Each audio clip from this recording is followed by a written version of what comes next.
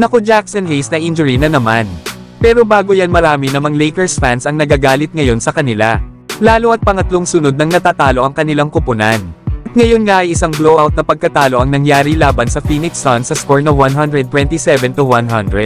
Lumakas din kasi talaga ang Phoenix Suns lalo at bumalik na sa kanilang lineup itong si Kevin Durant at Bradley Beal. Na kung pagsasamahin nga ang kanilang mga puntos kasama pa si Devin Booker ay may total itong nasa 72 points. Kaya ibig sabihin ay nasa 50 points ang contribution mula sa kanilang bench. Hindi kasi katulad ng sa Los Angeles Lakers, na tanging sila LeBron James, Anthony Davis, Austin Reeves, isama pa itong si D'Angelo Russell mula sa bench ang malaki ang ambag sa kanilang opensa. Na kung saan ay meron nga silang combine na 74 points na apat. Habang ang iba namang players ng Lakers ay meron lang total na 26 points kapag pinagsama. Kaya kulang talaga ang Los Angeles Lakers sa suporta pagdating sa kanilang opensa. Na itong ang si Cam Reddish na isa sa kanilang mga starter ay meron lang 0 points sa loob ng 23 minutes of playing time. Habang si Rui Hachimura ay mababa din ang kanyang naging contribution na meron lang itong 7 points. Paano ba naman kasi hindi matatalo ang Los Angeles Lakers ay ang hina ng kanilang depensa?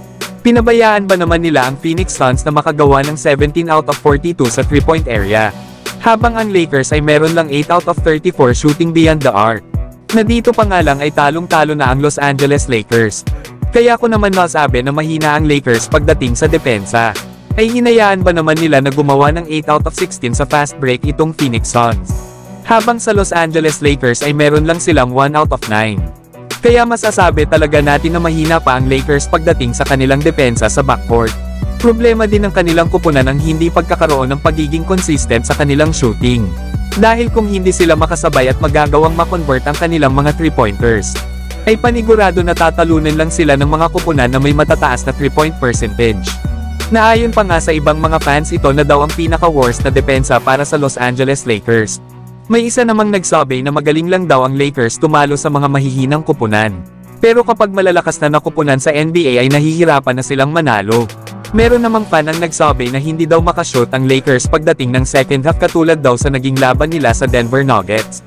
Isa pa ay mahina rin daw ang kanilang depensa. Meron namang isang fan ang nagalit lalo at wala naman daw binago ang Los Angeles Lakers sa kanilang roster. Natanging si JJ Redick nga lang daw ang nadagdag sa kanilang kupunan at ang mga rookie na sila Bronny at Dalton Knecht. Kaya ano ba daw ang aasahan natin sa isang katulad ni JJ Redick? Ang problema kasi ng Lakers mga idol ay kulang sila sa perimeter defender. Hindi nga nila kayang mapigilan ang opensa sa tatlong all-star caliber scorers na sila Devin Booker, Kevin Durant at Bradley Beal. Isa pa ay kulang din ang Los Angeles Lakers sa offensive depth para makipag-compete sa mga kupunan na may mga players na malalakas pagdating sa kanilang offensive end. Kaya naman ay kinakailangan na ni JJ Redick na humingi ng tulong sa kanyang dating teammate sa Dallas Mavericks. At ito nga ay walang iba kundi si Dorian Finney-Smith. Sa ngayon daw kasi ay interesado ang Los Angeles Lakers na kunin itong si Dorian Finney-Smith dito sa Brooklyn Nets. Maaari nga itong pumunta ng Lakers dahil sa connection niya kay JJ Redick. Dati na rin kasing naging mag-teammate ang dalawa sa Dallas Mavericks noong 2020-21 season. Na kung saan ay ito na rin ang huling season ni JJ Redick sa NBA. Kaya kung makukuha ng Los Angeles Lakers itong si Dorian Finney-Smith, ay malaking upgrade ito sa kanilang kupunan. Nasa ngayon ay may edad pa lang ito na 31 years old. Kilala nga ito bilang isang wing defender na may tangkad na 6'7". Nag-a-average nga ito ngayong season ng 10 points per game. At meron namang career best na 41% sa 3-point area. Kaya kung makukuha ito ng Los Angeles Lakers ay hindi lang ang kanilang perimeter defense ang lalakas, kundi pati na rin ang kanilang 3-point shooting. Samantalang may bad news naman sa Los Angeles Lakers. Dahil ang kababalik pa lang nilang big man na si Jackson Hayes, ay muli na namang mawawala sa kanilang kupunan dahil sa panibagong injury. Nagtamo kasi ito ng isang ankle injury sa ilang mga minuto bago matapos ang fourth quarter. Kaya sayang mga idol at malaking bagay pa naman sana si Jackson Hayes bilang backup center ni Anthony Davis.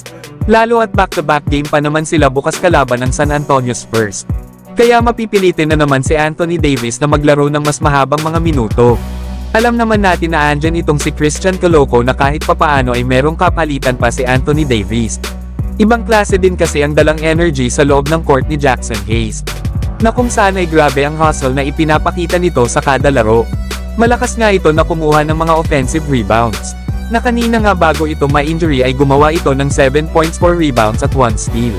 Kaya tingnan natin mga idol kung magiging available ba si Jackson Hayes sa magiging laban nila sa San Antonio Spurs bukas. Nakadepende na nga lang ito sa magiging kondisyon ng kanyang ankle. Pero kayo mga idol, ano ang masasabi nyo dito?